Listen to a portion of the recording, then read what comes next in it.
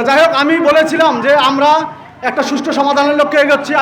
আমি প্রধান শিক্ষককে বলেছিলাম, আপনি এ যাবৎকালে অন্তত 10,000 ছাত্র আপনার কারণে পার হয়ে গেছে, বা 5,000। আপনি যদি আপনার পক্ষে যদি একটা শিক্ষক, আপনার আত্মীয় দিত, যদি আপনার একটা ছাত্র যদি আপনার পক্ষে কথা বলে, আমি আপনার সকল অপরাধ ক্ষমা করে দেবো। এই কথা বলছিলাম যে একটা ছাত্র, কতগুলো ছাত্র, অন্তত 5,000 ছাত্র ওনার লাইফে, ওনার প্রধান শিক্ষক থাকায় 5,000 ছাত্র বের হয়ে গেছে। 5,000-এর মধ্যে একটা ছাত্র বলবে যে আমার স্যারটা খুব ভালো, একজন।